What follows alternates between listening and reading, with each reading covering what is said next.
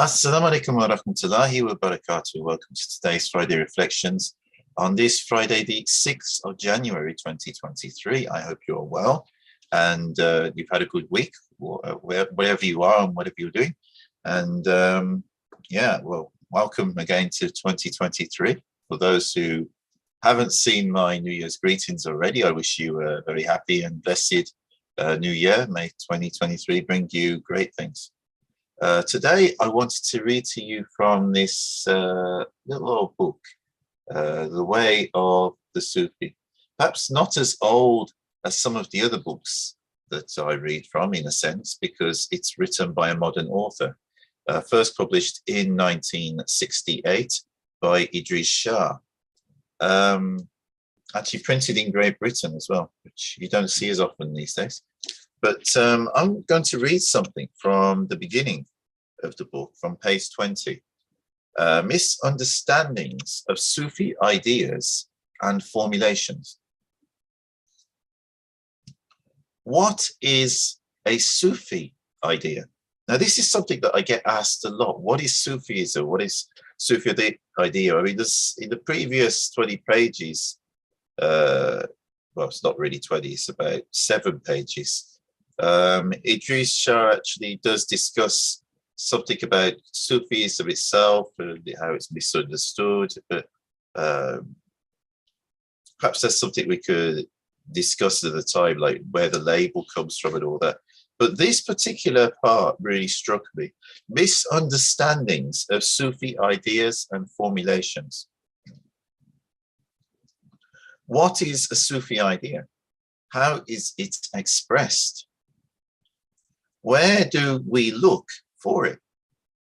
Many ideas we can easily identify as being derived from the Sufis because of their context or actual attribution in the text.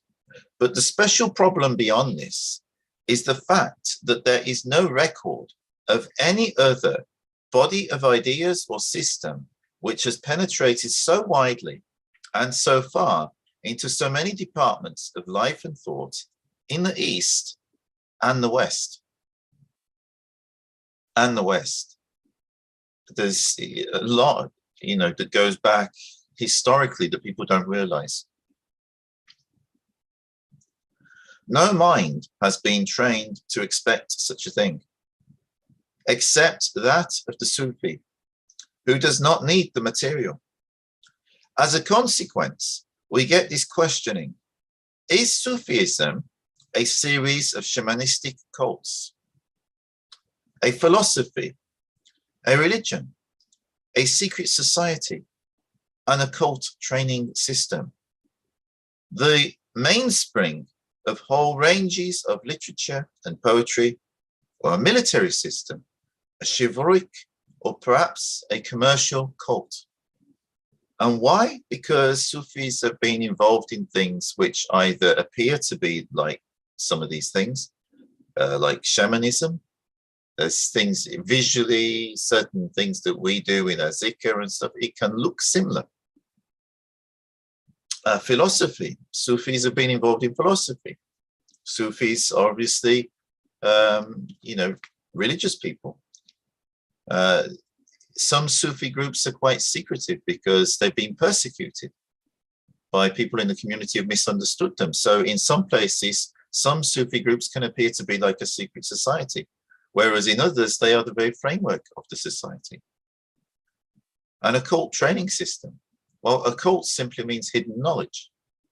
So, knowledge and hidden in the sense it might not necessarily be deliberately hidden. It could just be hidden because of people's ignorance. But in some cases, it can be deliberately hidden. But it doesn't necessarily mean evil, though some of it certainly could be used to that aim, just like the modern science of psychology, for instance.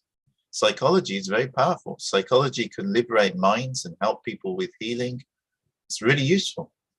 But if you use psychology in the wrong way, then psychology can also be a weapon. The mainspring of whole ranges of literature or poetry, well, obviously, Sufis are, many Sufis were involved in writing books and poetry and all sorts of things. Or a military system. There's been Sufi involvement within various armed forces in the Muslim world and, more recently in the West.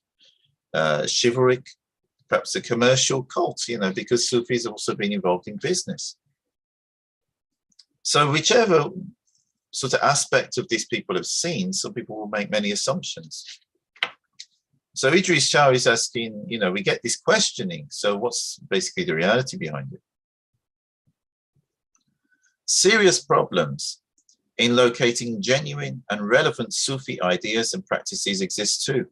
For any student who has already met a watered down, generalized, or partial variety of Sufism, whether in the East or the West, there are many hundreds of people in Europe and America who practice dervish dance, whirling or turning, in spite of the fact that it is specifically on record in easily ascribable dervish literature that this practice was especially prescribed for local reasons by Rumi for the people of Asia Minor in the region of Iconium, i.e., what we now know as Turkey.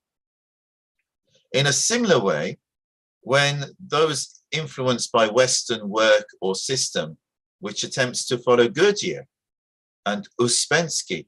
Now, for younger audience, they probably won't necessarily know who Gurdjieff or Uspensky are, but certainly people who are around the age of my father would have been if he was still with us, and slightly younger. If they're interested in spirituality and mysticism and stuff like this, then Gurdjieff and Uspensky were people that were leading luminaries in this area going back a few decades ago. Well, actually back in the 60s, so it's a bit more than a few decades, half a century ago, I guess you could say. And there are many thousands of them are forthrightly told that their exercises and methods are well known and applied in certain Sufi schools, but they are to be used in a different way and a more intelligible manner corresponding to the community involved. They are more often than not incapable of assimilating this statement. The Sufi gains in such cases are beginning to be overwhelmed by the losses due to misunderstanding and misapplication.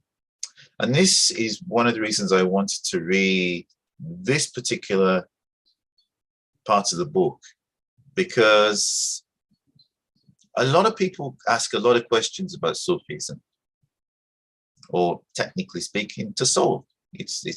It's not really even Sufism, it's a modern word. And all of these misconceptions take away from what Sufism actually is.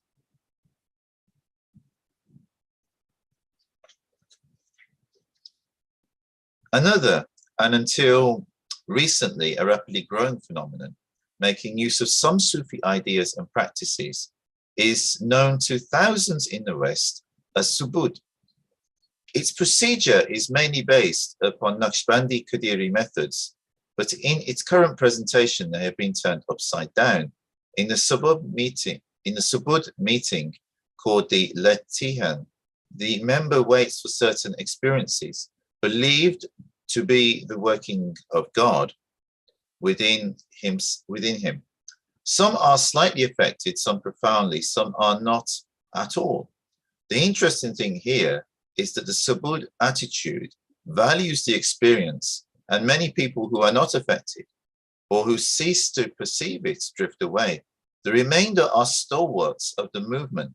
But according to Sufi ideas and practice, it is precisely those who do not feel subjective states, or who have at one time been affected by them and no longer feel them, who may be the real candidates for the next stage. To the Sufi, one who does not know this may appear like a man trying to exercise his muscles, who thinks that the exercises are no good because he no longer feels stiffness in his limbs. The gains of subud are offset, at least in part, by the losses. This is the real problem in the attempted study of the original Sufi ideas through such popularizations. As this inversion has invoked Sufi terminology, the student may very well not be able to shed the subud associations when he or she approaches Sufism. Yet another problem, strongly characteristic of Sufism, awakens a great deal of opposition. This may be stated by saying that Sufi literature contains material which is ahead of its time. Certain Sufi books, some translated into Western languages and therefore a matter of verifiable record, contain material which seems to become comprehensible only when new psychological and even new, in inverted commas, psychological and even scientific technical discoveries are made and become well known. A verification of claims which once seemed bizarre or impossible then becomes possible.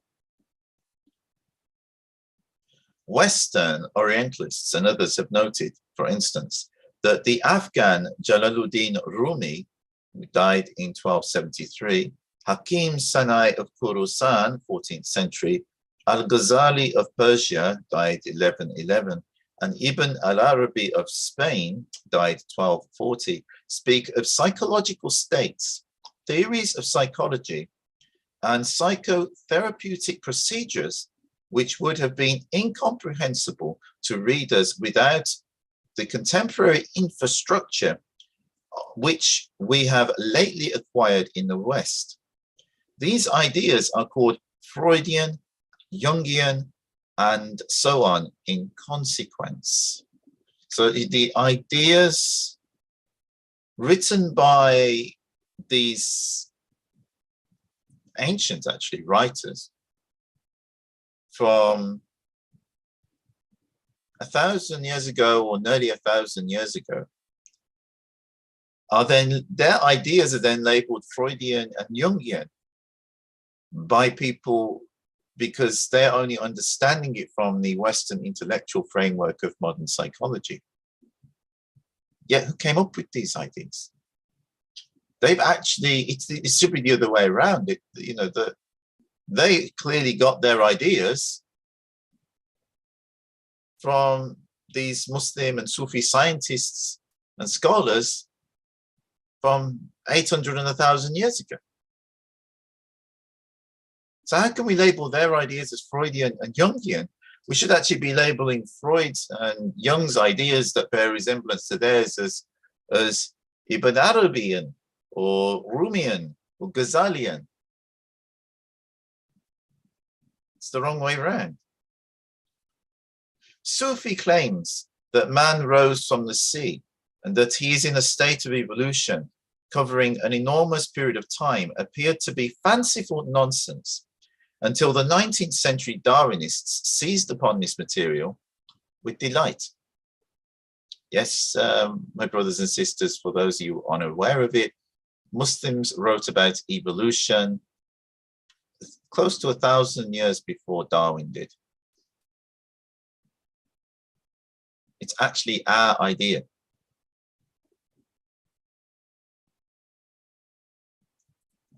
References said to be the forces contained in the atom to a fourth dimension, to relativity, to space travel, telepathy, telekinesis are frequent. Sometimes these are treated as facts, sometimes as due to techniques, sometimes as man's present or future capacities.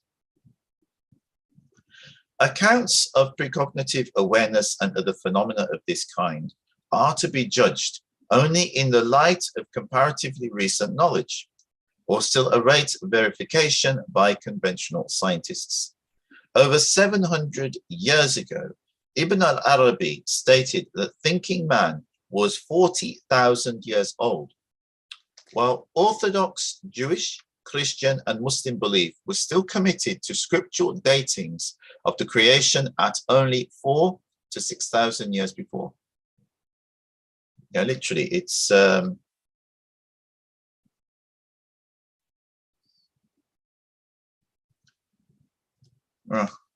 and actually that persisted in the Western world until about maybe 150, 200 years ago. And even today, you know, you've got some evangelical Christians who believe the world is only, you know, 6,000 to 10,000 years old, based upon their reading of the Bible. This used to be commonplace in the West before, you know, modern science overturned this, at least amongst the thinking of most people. Yeah, Ibn al-Arabi stated that the thinking man, i.e. conscious man, that can build civilizations, do things like what we can do now, although obviously within the, if he was in a modern society, could do it, you know, but it's like obviously technology was more primitive one. So we know, so far as we know. I mean, that's another thing to discuss another time, because there's some interesting discoveries. But Ibn Arabi stated that man was 40,000 years old. This was dismissed as nonsense, even by some Orthodox Muslims and certainly by Jews and Christians. And yet that is now where we're at with modern science. That is now where we're at. Some of the strongest ridicule still maintained in some circles to which Sufis have been subjected is due to their having stressed in their classics the dangers of obsessions being planted in people, and to their having pointed out the undesirable nature of indoctrination and emotion being confused with spiritual gifts, to the horror of religious enthusiasts. Only in the past few decades have the people come to know better than the clerics. A special secondary problem here too is that although scientists will rightly await verification of this material or try to investigate it, gullible occultists will crowd around the Sufi who speaks of these things as deriving from Sufism, urgently demanding, as of right, magical knowledge, self-mastery, higher consciousness, hidden secrets, and all the rest.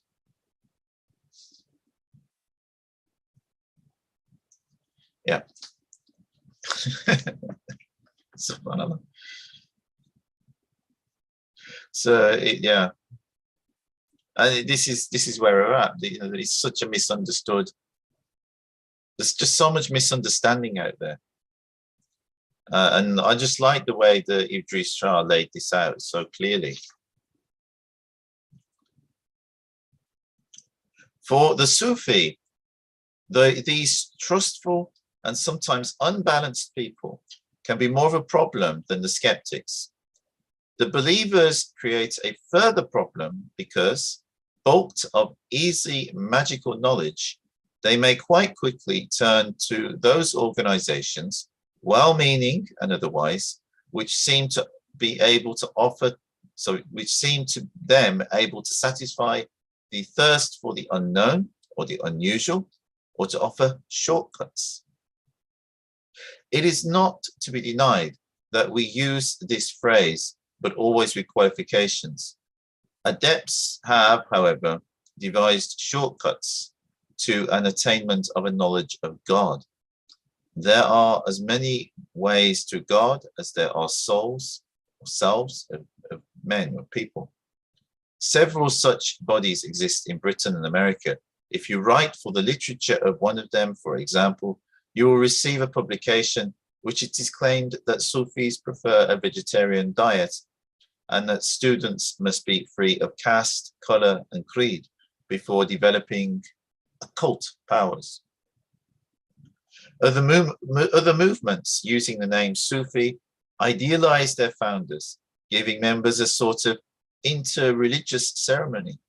More than one practices musical recitals supposed to throw the seeker into an advantageous ecstasy, in spite of the fact that Sufi teaching is widely on record that music can be harmful, and this is what is taught, not the teacher, which is the point of Sufism. The gains in Sufi information are once more offset by losses due to faulty practice and selectively biased reading. Music can be used, but it is certainly true that music can be harmful as well.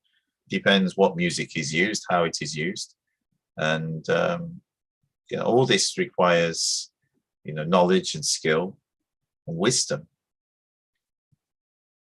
Asiatic immigration, Arab mainly from Aden and Somaliland, India and Pakistan into Britain, has introduced another form of Sufism, in inverted commas. This centers around groups of Muslim religious zealots who gather for communal prayer exercises, which stimulate them emotionally and sometimes have a cathartic effect. Using Sufi terminology and similitudes of Sufi organization, these branches have many industrial and seaport cities of Britain. The problem here is not only that many of the participants will not now be able to study Sufi ideas, since they believe that they already know them, but that just anyone, sociologist, anthropologist, or ordinary members of the public, cannot always know that this does not represent Sufism any more than snake handling represents Christianity. Or the game of bingo mathematics. The gains, once more, are on a low level. The losses are not slight. So you see, it's just highlighting so many cases here of where people are misinformed and given the wrong information. And it creates a lot of problems because then people think that this is Sufism or that is Sufism or that is Sufism. And then, even people that are like well-meaning Sufis who are trying to practice what it is really about, what it's supposed to be to the best of their ability, they get attacked because of the misunderstanding. Other people get misguided because they end up following things which are not going to benefit them or may even be harmful to them. And even aside from Sufism itself, we get the similar problem with Islam as a religion. We have to be careful not to just jump into things and to weigh things up, and to, there is a great deal of responsibility upon the seeker to check their sources and to check what they're learning. And actually, whichever field of study a person goes into, whether a person is studying Sufism or Islam or in fact anything, we should always check our sources, check that they're reliable. And if we're not sure, do a bit of research until we are sure what we're studying. And even then, always be checking and weighing things up, because this is part of the process of learning and critical reasoning. Otherwise, we can be led here, there, everywhere, because everybody's saying this in different things. You can imagine over the past 22 years since I embraced Islam and also entered the Naqshbandi order, the number of things I've been told, even by fellow Naqshbandis, some of it is crazy. If I followed a lot of what I was told, I would just end up being a really, very confused person, or I'd have just left and run away. I mean, I'm just thankful I've had good mentors, good sheikhs, and I'm a reader and I study things. I check things out. I weigh things up. I don't just go with this or with that, but I try and understand. And also, even the best teachers will have some shortcomings because we're all human beings. And I'm not saying that to insult or knock any of them, because there's people that are doing great work and they've dedicated their entire lives to helping the community and teaching people. But it does not mean that they are some superhuman, absolutely perfect person, even if they are a very elevated and enlightened soul that Allah subhanahu wa ta'ala has given a lot to. I mean, we believe that Prophet Muhammad sallallahu alaihi wasallam was the last prophet sent to humanity. So we can't put people who are sheikhs above the level of a Prophet, no matter how much we love them, no matter how much we appreciate them. And I know how much I love and appreciate my sheikhs. But at the same time, it's like we have to, there's a balance within Sufism between the heart and the mind, between the heart and the mind. You have to use both. If you just use mind, you'll be misled, because the mind, divorced from the heart, can follow also anything, can get confused. And if the heart, if it doesn't use the mind's rational capacity and the ability to check things, and we're given both of these tools for a reason, and we have to learn how to use them together. Yes, Abdul Wadud, what you're saying, it's true. Charlatans are given Sufism a bad name, and they've misguided so many. It's not just a unique phenomenon to Sufism. I think every religion, every spiritual tradition, it has the same problem, but we've really suffered quite badly from it, and there's just too much ignorance out there. And I'm doing little bit that I can to hopefully shed some light on what it's really all about, as far as I'm able to. And I try to check everything that I send, and post stuff that is from reliable sources. And if I make mistakes, may Allah forgive me, but it's certainly not intended. And there's no intention on my part to misguide anybody. I know I'm going to be questioned. So, but this, it really is really very good what Idries Shah wrote here. And even Idries Shah himself, I mean, he's faced a lot of criticism, but I found his books useful over the years, and he did seem to have some quite interesting and deep insights. So, and this is the other thing as well. People tend to, if they have, a sheikh and then took bay'ah with them, they tend to criticize all the other sheikhs, often with no good reason. Sometimes there might be a good reason for a sheikh or someone within the community who's quite scholarly to caution people because of something that is quite serious. But generally speaking, and that should be particular, or on the other hand, like what I'm saying, a general caution, but not just like attacking every sheikh and saying, oh, this sheikh's bad, that sheikh's bad, and when there's just no good reason for doing so. We get this, I have the right sheikh, and you're all wrong. Well, no, that's not right. That's not the appropriate approach. There's a lot of charlatans, but there's also a lot of good sheikhs as well. And you can't just disregard all of them. And even if the sheikhs themselves are on different maqams and spiritual levels, just because a sheikh is on a lower spiritual level doesn't mean that we should knock them if they're doing good work.